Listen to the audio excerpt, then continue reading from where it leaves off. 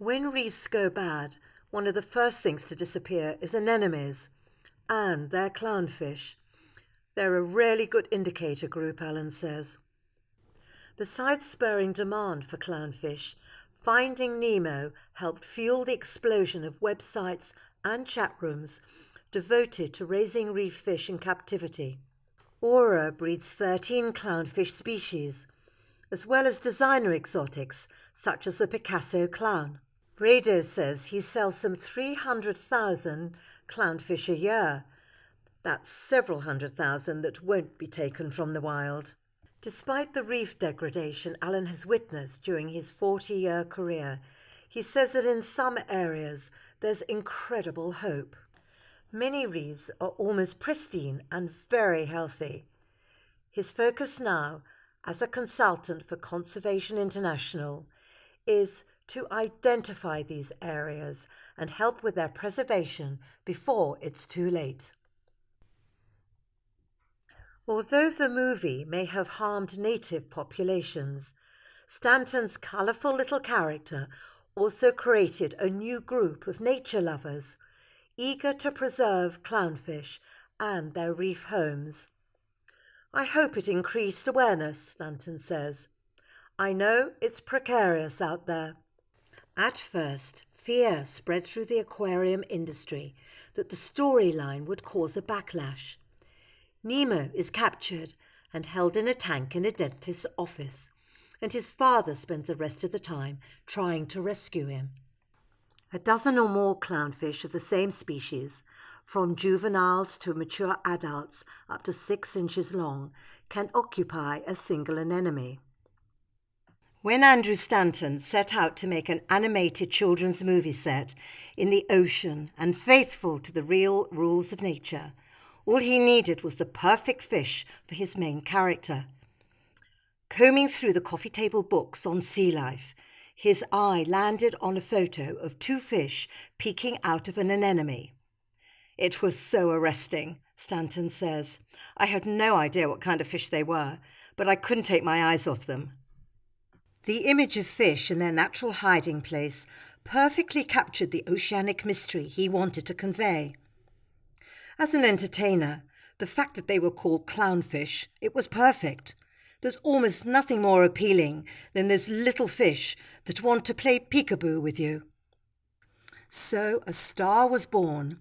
Finding Nemo, the Pixar movie Stanton wrote and directed, won the 2003 Academy Award for their Best Animated Feature and remains one of the highest-grossing G-rated films of all time, taking in over $850 million to date.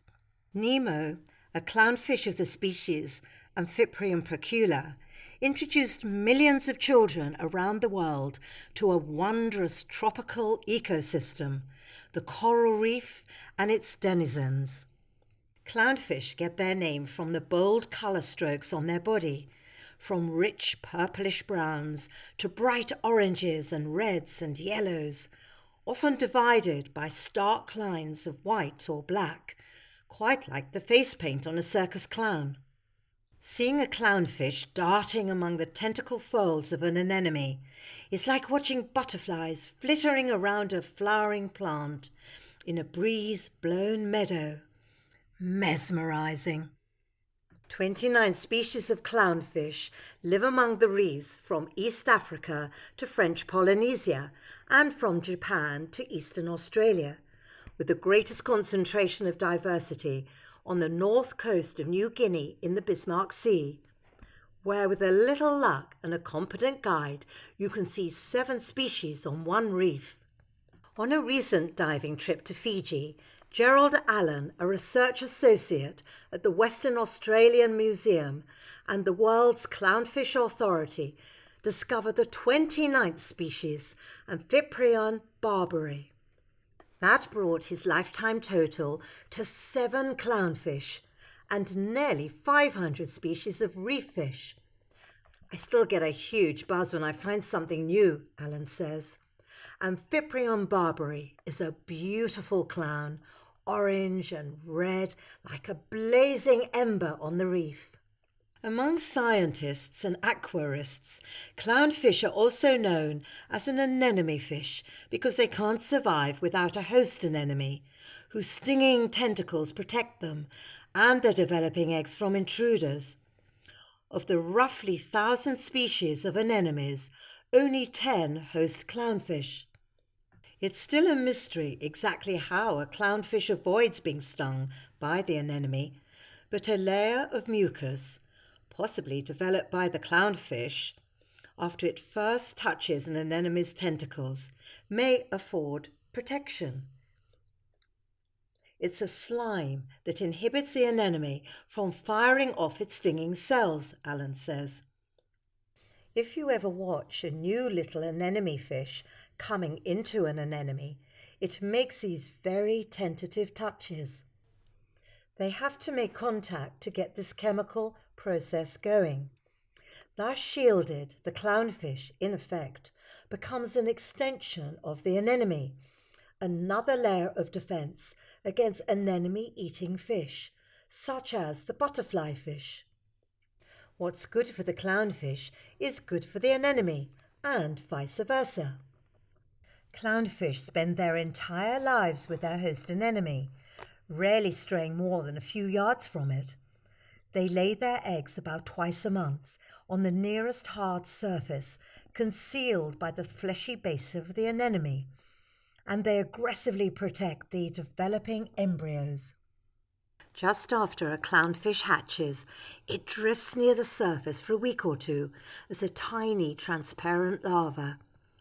Then it metamorphoses into a miniature clownfish, less than half an inch long, that descends to the reef. If the young fish doesn't find an anemone and acclimatise to its new life within a day or two, it will die. Alan has seen as many as 30 on specimens of Stictodactyla haddoni. Cruising around their anemone, they snag plankton, algae, and tiny creatures such as copepods, often hiding within the folds of their hosts, to eat the larger food items.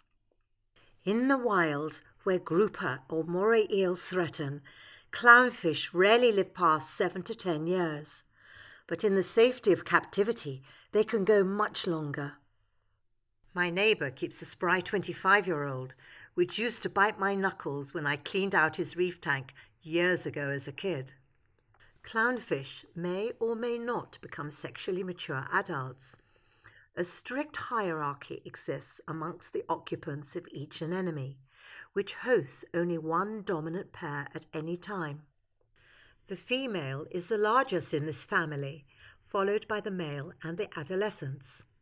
A mature pair assure their continued dominance by chasing the juveniles, causing stress and reduced energy for food foraging. During courtship especially, there's a lot of chasing between the dominant pair, Alan says. The female occasionally reminds the male who's boss by nipping at his fins. Many reef fish have the ability to change from one sex to another. Most, such as wrasses and parrotfish, change from female to male. But the clownfish is one of the few known to change from male to female. If a dominant female dies, the dominant male will become the dominant female, and the largest remaining juvenile will assume the role of dominant male. No one has yet identified the hormones responsible for this sexual plasticity. It's a really good adaptive strategy to make sure the species is perpetuated, Alan says. There will always be a breeding pair at any given anemone. The clownfish and the anemone. Their relationship has captivated home aquarists since the 1970s, when improvements in the shipping of fish and in tank design and filtration caused a boom. But never before has a fish had a bigger boost than the clownfish in the wake of Finding Nemo, unlike the notoriety of a very large mechanical killer with teeth. I'm here to tell you the opposite happened, said Vince Rado of Oceans, Reefs and Aquariums, a hobby fish hatchery and wholesaler in Fort Pierce, Florida, whose sales of A. ocellaris, a Nemo look-alike species, jumped by 25%. Thank God for little Nemo. Stardom has been a mixed blessing for clownfish themselves. For years, it has cost much less to catch and ship wild-caught clownfish than to raise the fish in captivity.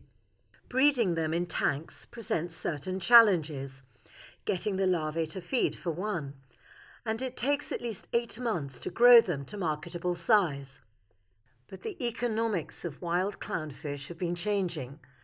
Rising fuel costs have made shipping them more expensive, and populations have been declining. Over-harvesting and invasive collection methods, such as the use of cyanide to stun and capture fish, are destroying reefs and their inhabitants. In the Philippines and Indonesia, for instance, clownfish have been severely depleted. Loss of clownfish leaves anemones exposed and vulnerable to predation.